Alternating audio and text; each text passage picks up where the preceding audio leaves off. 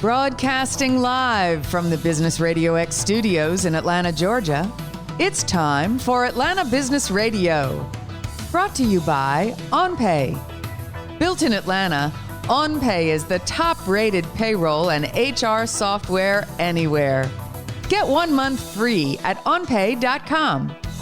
Now, here's your host.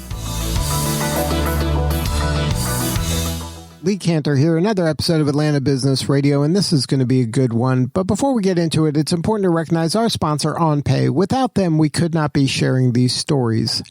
Today on Atlanta Business Radio, we have John Ryan with Georgia Multiple Listing Service. Welcome, John. Lee, thank you so much for giving me the opportunity to be with you today. Well, I'm excited to learn about Georgia Multiple Listing Service. Tell us all about it. What are you up to? Yes, Georgia MLS, we are Georgia's largest real estate marketplace. And what I mean by that is we are a listing database for brokers, agents, and we also have appraisers as members. They give them the ability to come together and put their listings into the service, share that data for the betterment of consumers in the marketplace. We currently have 44,500 agents that are members of Georgia MLS that run from the North Georgia mountains, the metropolitan Atlanta area, down through Macon, Warner Robins, and all the way to the coast. So we have a big geographic footprint to provide real estate services to our members. Now, so when you're talking about a member, this is an individual real estate agent, not like kind of the name brands that you might see on the storefront? Well, we are a private database that's made up of real estate brokers who are really our members, and then the agents that are within those brokerage offices by proxy have access to the data as well. So we have about 4,000 real estate brokers that are members of our service that come together to form that marketplace. Now, if you didn't exist, is there other places to get this information, or like you're kind of the main, kind of the heroes behind the scenes that are making their work possible? We are, as I said, we try to be the marketplace to where brokers and agents, and really, Lee, it's a magical kind of environment that we work in, because we don't know any industry that is similar to the MLS in the sense where competitors go out and fight for listings. So real estate brokers and agents are always out there competing for listings to sell. But we provide the marketplace where those competitors can come together and through cooperation and compensation, work together to go ahead and benefit the consumer. So while it's a very competitive environment, the actual platform and the area that we work in is one of cooperation between. So it's a push and pull in that sense, but we try to provide an orderly marketplace to where agents and brokers have good quality data that they can go in and search for properties in certain areas at certain price ranges, and then provide that information back out to their clients. And then this is where the selling agent puts the listing in and the buying agent brings the client. So that's the cooperation side of what an MLS is. And then from the consumer side, it's important for the agent to have accurate information in order to price their property properly and to buy it at what's a comparable rate. Sure. It's really about to make sure that the database is accurate in the sense of location, that the property is accurately located, that the property information is accurately described, so we know exactly what makes up that particular property itself. And then through that use of the data, both active and sold information, historical data, they can go ahead and use that data to put a value on that property of what that property should be sold for at the best market price within the location where it actually resides. Now, does every state have kind of a version of your organization? Not only does every state, but actually Georgia has over 20 multiple listing services in the state. So you will find that there are big regional MLSs, such as ourselves, but then there's also local MLSs around the state as well. So, for instance, Augusta has their own MLS. Columbus has their own MLS. Valdosta has an MLS. Part of what we are trying to do is consolidate that information, because essentially an agent has a license to sell real estate across the state, not just in a small geographic area. So our thought is, why shouldn't they have access to all the data that's available? So there's about 630 plus MLSs in the nation. There's some really big regional ones, but there's also a lot of localized MLSs as well. And Georgia has that. Like I said, there are multiple listing services within our state. Now, then part of the challenge, I would imagine, is just keep providing value to the agents and brokers that you work with? Absolutely. Our goal is one, to provide that orderly marketplace, but then also provide the tools and services and products so that those agents can go ahead and better serve their clients that are out there. So we provide online platforms where the agents can go in online to go ahead and search for it. We provide mobile access so that agents generally would like to be out servicing their clients rather than being behind a computer. So we have all of our products are mobile oriented as well. And then we provide additional data sets so that the agents can provide that value added piece to the client. So, for instance, we provide 159 counties of public records, every county in the state, so that the agents can go ahead and evaluate the progression or maybe even the regression of a property through mortgage information and foreclosure activity and comparable sales. So we provide the additional sets of data. So that way, when they work with their clients, they are the real estate professional that can give them the best information about a piece of property and be that just to be the all-encompassing person of what a client would need in order to go ahead and do a real estate transaction.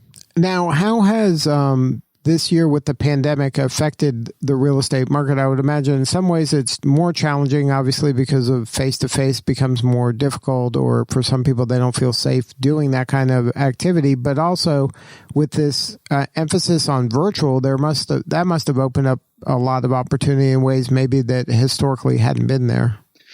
Very much so. And just to frame it, the Georgia real estate industry came off of 2019 with really record numbers in both sales and dollar volume. So as we were going into 2020, January and February, we were seeing already increases in both the sales and the dollar volume, and as compared to the previous year. So we had a good feeling going in.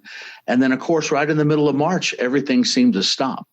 And here at Georgia MLS, our biggest concern was, what could we do as a company to go ahead and maintain an active real estate market? We had no idea which direction that the industry was going to go. Real estate, as we know, is very relationship based. It's very face-to-face based. It is agents, going into properties and showing properties. Well, the market itself, it's one of we didn't know how it was going to move forward. But the silver lining and the bright spot of our industry was how resilient not only our members were, but also how the vendor community that provides these services to our agents, how quickly they adapted to the conditions. And you had mentioned virtual.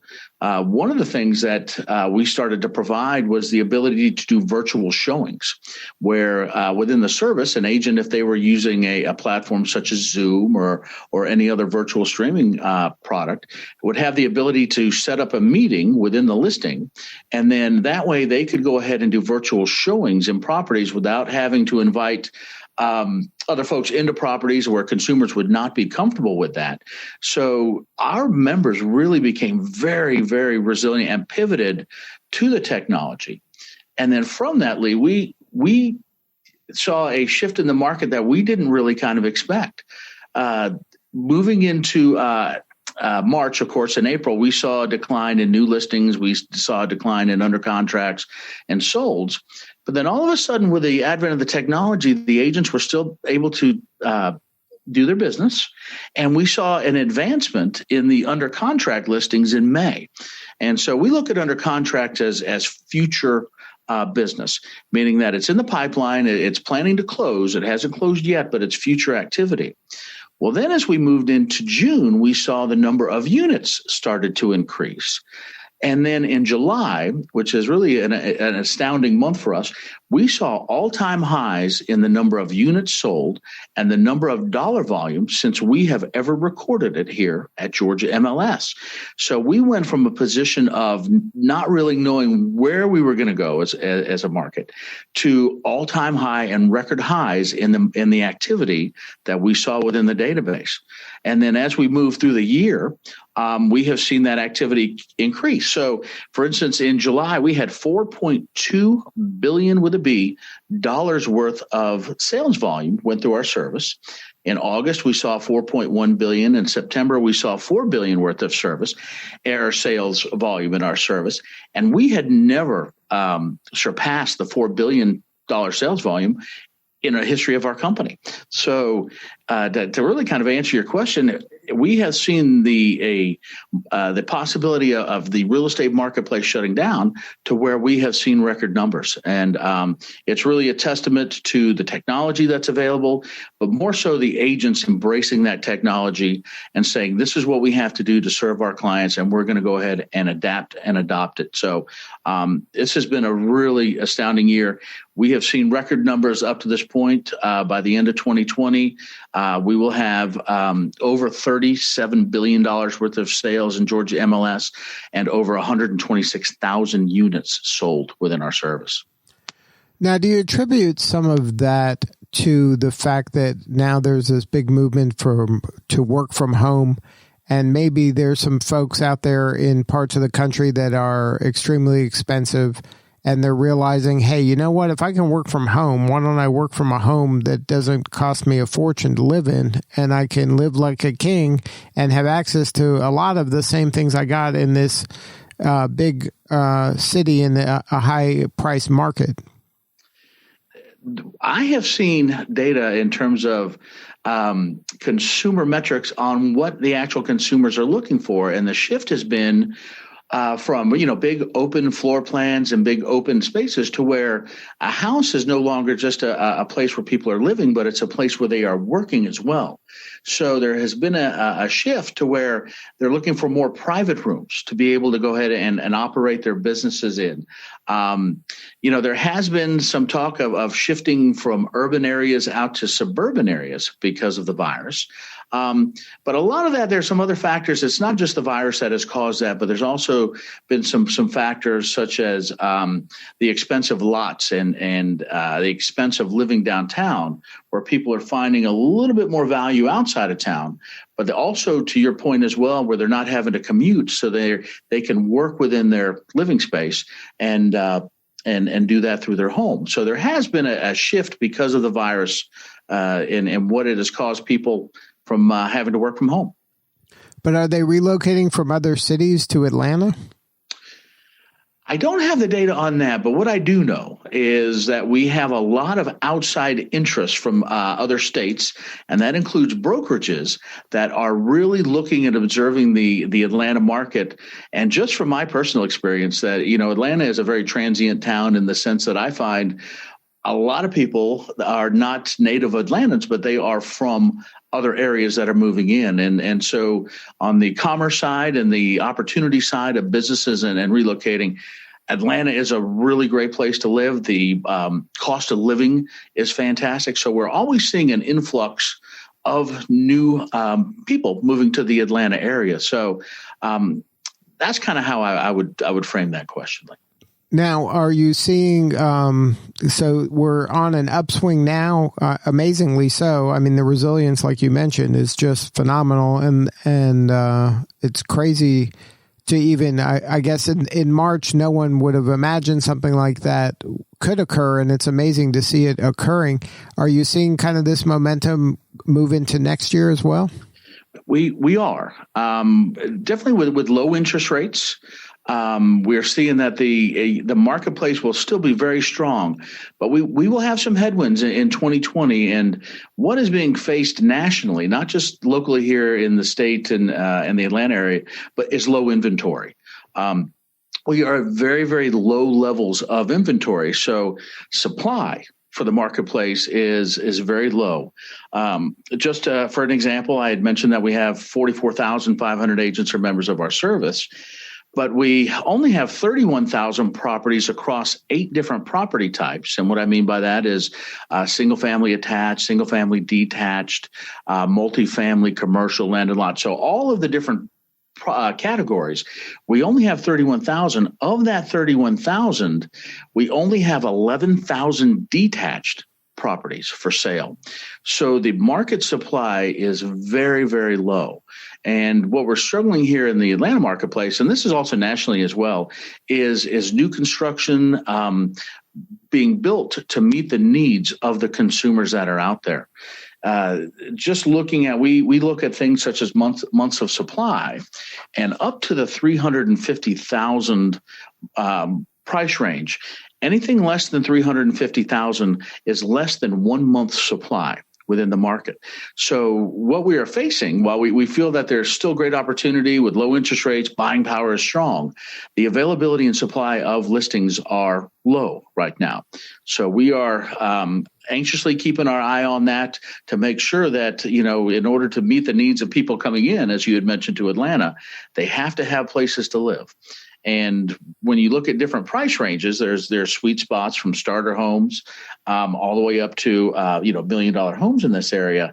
But up to that 300,000 mark, it is less than 1 month's supply. So that is a concern.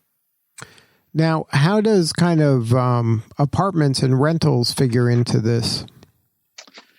Great question.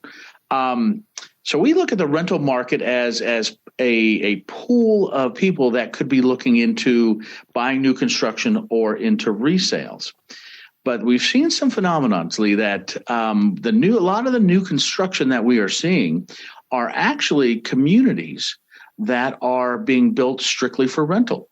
Strictly subdivisions that are rental communities. So normally when you drive down the street and you see new communities come up, you'll say these homes are starting from the mid 300s on up. But what you'll see on the marquee now are these homes starting at $1,900 a month to rent. So these are long-term corporate-owned assets that may never see the resale market because they are strictly looking at the rental market. So there's a lot of forces that are out there that contribute to that low inventory, but we're seeing that there is that market of the rental side is being filled by developers and building strictly just rental properties.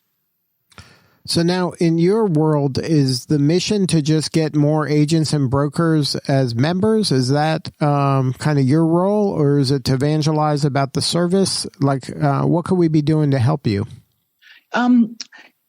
We are, as I said, we're a membership-based system that are our brokers and agents. And our goal is to expand the exposure of the listings for our members. And that comes through additional growth and additional membership within Georgia MLS. But that also plays to the consumer as well. To be able to have, the listings that are available, what we see is that consumers, there's also a big market shift as well, where consumers have been, over the last 10 years or so, they have access to this information more readily than they ever have. And I mean listing information. Where before it used to be the agents would have a listing book and they would say, here's some homes and we can flip through the book and see. Well, now everything is online and consumers have access to this information, which makes them more knowledgeable, which in turn has to make an agent provide that value added service to be able to guide them through the transaction. Most consumers are out there searching for properties on their own before they ever contact an agent.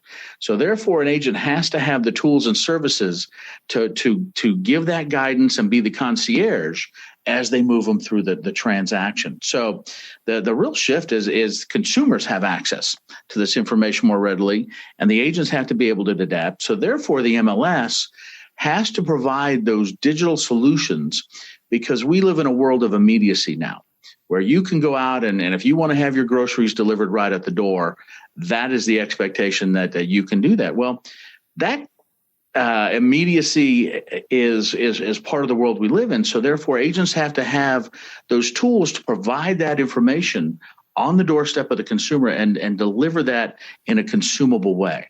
And so we provide those services, whether it's through client collaboration, where an agent signs up a client and sets them up with a website. And whether you're a buyer or a seller, if they're looking for properties, agents can present properties through a website to their client. It's their own consumer portal. So digital solutions like that play a really important factor in the expectation of what a consumer expects today. And so we provide numerous different collaboration tools. We provide transaction management tools, which we tout from contact to contract to closing. An agent can handle the transaction, the forms, all the participants in that transaction, all digitally, and ultimately a consumer and an agent don't have to even see each other if they do not. So it's up to us to help provide those tools and services to meet the needs that the consumers expect of the agents. And we step in and play that role for our members as well. So if somebody wanted to learn more, have a more substantive conversation with you or somebody on your team, what's the website?